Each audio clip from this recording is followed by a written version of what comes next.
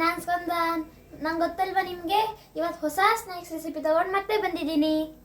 ನಾನು ಚಿಕ್ಕವನಿದ್ದಾಗ ಸ್ವಲ್ಪ ದುಡ್ಡು ಕೊಟ್ಟರು ಜೋಳ ಸ್ಕೂಲ್ ಹತ್ರ ಜಾಸ್ತಿ ಕೊಡ್ತಿದ್ರು. ಇವಾಗ ಜಾಸ್ತಿ ದುಡ್ಡು ಕೊಟ್ಟರು ಸ್ವಲ್ಪನೇ ಕೊಡ್ತಾರೆ, ಸಾಕಾಗದೇ ಇಲ್ಲ. ಅದಕ್ಕೆ ಮನೇಲಿ ಜೋಳ ಇತ್ತು, ಮಾಡ್ಕೊಳ್ಳೋಣ ನಾನೇ ಅಂತ ಬಂದಿದ್ದೀನಿ. ಬನ್ನಿ ತೋರಿಸ್ತೀನಿ ಹೆಂಗೆ ಮಾಡೋದು ಅಂತ. ಈ ಜೋಳ ಅಮ್ಮ 20 ರೂಪೀಸ್ ಕೊಟ್ಟು ಹೊರಗಡೆ ತಂದಿದ್ದಾರೆ. ಇದರಲ್ಲಿ ನಾನು, ಪಂಚಿ, ಅಜ್ಜ, ಮನೆಯವರೆಲ್ಲ ತಿನ್ಬೋದು. ಆದರೆ ಹೊರಗಡೆ ಇಷ್ಟು 20 ರೂಪೀಸಿಗೆ ಇಷ್ಟು ಕೊಡ್ತಾರೆ, ಸಾಕಾಗೋದೇ ಇಲ್ಲ. ಅದಕ್ಕೆ ನಾನೇ ಮಾಡ್ತಿದ್ದೀನಿ. ನೋಡಿ, ಇದು ಸ್ವೀಟ್ ಕಾರ್ನ್ ಇಷ್ಟು ದೊಡ್ಡದಿರುತ್ತೆ, ಎಲ್ಲರಿಗೂ ಹೋಗ್ಬೋದು. ಇವಾಗ ನಮ್ಮ ಅಜ್ಜ ಹೊರಗಡೆ ಹೋಗಿದ್ದಾರೆ. ಬೆಳಗ್ಗೆ ಸ್ಕೂಲ್ಗೆ ಹೋಗಾಗ ಬಿಡಿಸಿಟ್ಟಿ ಅಂದರೆ ಅರ್ಧ ಬಿಡಿಸ್ಬಿಟ್ಟು ಇನ್ನೆಲ್ಲ ಅಜ್ಜನೇ ತಿಂದು ಹಾಕಿದ್ದಾರೆ. ಅದಕ್ಕೆ ಇವಾಗ ನೋಡಿ ಎಷ್ಟು ಕಮ್ಮಿ ಆಗಿದೆ. ಎಳೆದಿರುತ್ತಲ್ಲ, ಆಗ ಬಿಡಿಸ್ತಾನೆ ತಿಂತಿರ್ಬೋದು. ಫುಲ್ ಸ್ವೀಟ್ ಇರುತ್ತೆ, ಚೆನ್ನಾಗಿರುತ್ತೆ.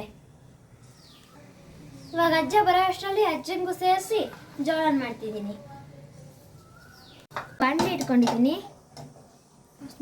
ಇದಕ್ಕೆ ಜೋಳನೆಲ್ಲ ಹಾಕ್ತಿದ್ದೀನಿ. ಇದಕ್ಕೆ ಮುಳುಗೋ ಅಷ್ಟು ನೀರು ಸೇರಿಸ್ತಿದ್ದೀನಿ. ಸ್ವಲ್ಪ ಉಪ್ಪನ್ನ ಹಾಕ್ತಿದ್ದೀನಿ. ಇದನ್ನೊಂದು 5 ನಿಮಿಷ ನೀರಲ್ಲಿ ಬೇಯಿಸ್ಕೊತಿದ್ದೀನಿ. ನೋಡಿ, ಇವಾಗ ಒಂದು 5 ನಿಮಿಷ ಬೇಯಿಸಿದ್ದೀನಿ. ಈ ಥರ ಆಗಿದೆ. ಫಸ್ಟೇ ಸ್ವಲ್ಪ ಉಪ್ಪು ಹಾಕಿ ಬೇಯಿಸ್ಕೊಂಡಿರೋದ್ರಿಂದ ರುಚಿ ಚೆನ್ನಾಗಿರುತ್ತೆ. ಉಪ್ಪೆಲ್ಲ ಹೀರ್ಕೊಂಡು ಜೋಳ ರುಚಿ ಫುಲ್ ನೀಟಾಗಿರುತ್ತೆ. ನೆಕ್ಸ್ಟ್ ಮಸಾಲ ಹಾಕಬೇಕಾದ್ರೆ ಉಪ್ಪು ಹಾಕೋದೇ ಬೇಡ. ಒಂದೊಂದ್ಸಲ ಕಮ್ಮಿ ಅಂದರೆ ಬೇಕಿದ್ರೆ ನಿಮಗೆ ಹಾಕೊಬೋದು. ನೋಡಿ, ಇವಾಗ ಹೆಂಗಾಗಿದೆ. ಇವಾಗ ಸ್ಟವ್ ಆಫ್ ಮಾಡ್ಕೊತಿದ್ದೀನಿ.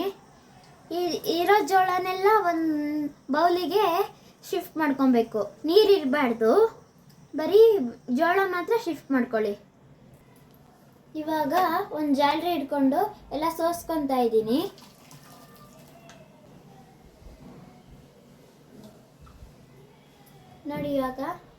ನೋಡಿ ಇವಾಗ ಜಾಲರಿಲಿ ಸೋಸ್ಕೊಂಡಿದ್ದೀನಿ. ನೀರೆಲ್ಲ ಸ್ವಲ್ಪ ಇಳೀಲಿ.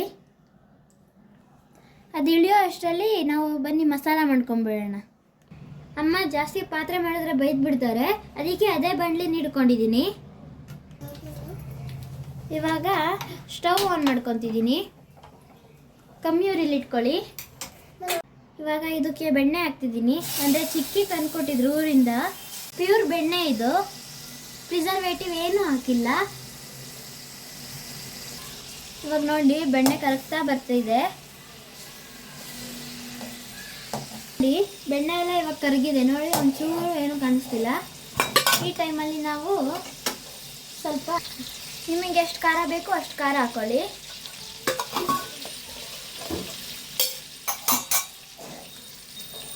ಸ್ವಲ್ಪ ಧನಿಯಾ ಪೌಡರ್ ಹಾಕ್ಕೊಂಡಿದ್ದೀನಿ, ಒಂದು 1/4 ಟೇಬಲ್ ಸ್ಪೂನಷ್ಟು. ಒಂದು ಸ್ವಲ್ಪ ಪೆಪ್ಪರ್ ಹಾಕ್ತಿದ್ದೀನಿ. ಒಂದು 20 ಸೆಕೆಂಡ್ಸ್ ಹಂಗೆ ಮಿಕ್ಸ್ ಮಾಡ್ಕೊಬೇಕು. ನೋಡಿ, ಇವಾಗ ಮಾಡ್ಕೊತಿದ್ದೀವಿ. ಸಿಮ್ಮಲ್ಲಿ ಇಟ್ಕೊಳ್ಳಿ, ಉರಿ ಜಾಸ್ತಿ ಇಡಬೇಡಿ. ಇವಾಗ ನೋಡಿ ಜೋಳದಲ್ಲಿರೋ ನೀರೆಲ್ಲ ಸೋರಿದೆ. ಇವಾಗ ಇದನ್ನು ಬಾಣಲಿಗೆ ಹಾಕೊಳ್ಳೋಣ. ನೀಟಾಗಿ ಮಿಕ್ಸ್ ಮಾಡ್ಕೊಬೇಕು. ನೀಟಾಗಿ ಮಿಕ್ಸ್ ಮಾಡ್ಕೊತಿದ್ದೀನಿ. ಸ್ವಲ್ಪ ಉಪ್ಪು ಕಮ್ಮಿ ಅನ್ನಿಸ್ತು, ಅದಕ್ಕೆ ಉಪ್ಪು ಹಾಕೊತಿದ್ದೀನಿ. ನೀವು ನೋಡ್ಕೊಂಡು ಹಾಕೊಳ್ಳಿ, ಬೇಕಿದ್ರೆ ಹಾಕೊಳ್ಳಿ, ಇಲ್ಲಾಂದ್ರೆ ಹಾಕೊಬೇಡಿ.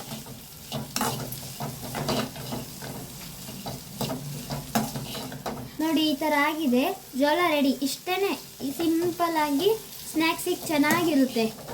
ಹೊರಗಡೆ ತಗೊಂಡು ಬಂದು ಹೊರಗಡೆ ತಿನ್ನೋ ಬದಲು ಮನೆಯಲ್ಲೇ ಟೇಸ್ಟಿ ಮತ್ತು ಹೆಲ್ದಿಯಾಗಿ ಮಾಡ್ಕೊಬೋದು. ಲಂಚ್ ಬಾಕ್ಸ್ ಸ್ನ್ಯಾಕ್ಸಿಗೆ ಎಲ್ಲ ಚೆನ್ನಾಗಿರುತ್ತೆ. ನೀವೊಂದ್ಸಲ ಮಾಡಿ ಟ್ರೈ ಮಾಡಿ ಫ್ರೆಂಡ್ಸ್. ಹೇಗೆ ಬಂದಿತ್ತಂತ ಕಮೆಂಟ್ ಮಾಡಿ, ನಮಗೆ ಸಪೋರ್ಟ್ ಮಾಡಿ. Thank you. ನಿಜವಾಗ್ಲೂ ಚೆನ್ನಾಗಿದೆ. ನೀವು ಬೇಕಾದ್ರೆ ಚಾಟ್ ಮಸಾಲಾನೂ ಹಾಕೊಬೋದು. ಆದರೆ ಅಮ್ಮ ನನಗೆ ಚಾಟ್ ಮಸಾಲ ತರೋಕ್ಕೂ ಬಿಡಲ್ಲ, ಹಾಕೋಕ್ಕೂ ಬಿಡಲ್ಲ. ಅದಕ್ಕೆ ನಾನು ಮಸಾಲ ಹಾಕಿದೆ, ಓನ್ ಮಸಾಲ. ಪಂಚಮಿ ತಗೋ, ಪಂಚಮಿ ಜೋಳ ಮಾಡಿದ್ದೀನಿ, ಚೆನ್ನಾಗೈತಾ ನೋಡು. ಸೂಪರ್. ಬಿಸಿ ಸ್ವಲ್ಪ ಅಷ್ಟೇ. ತಿನ್ನು. ಫ್ರೆಂಡ್ಶಿಪ್ ಬ್ಯಾಂಡ್ ಯಾರು ಕೊಟ್ಟಿದ್ದು? ಹೆಸರೇನು? ಪರಿಣಿತ.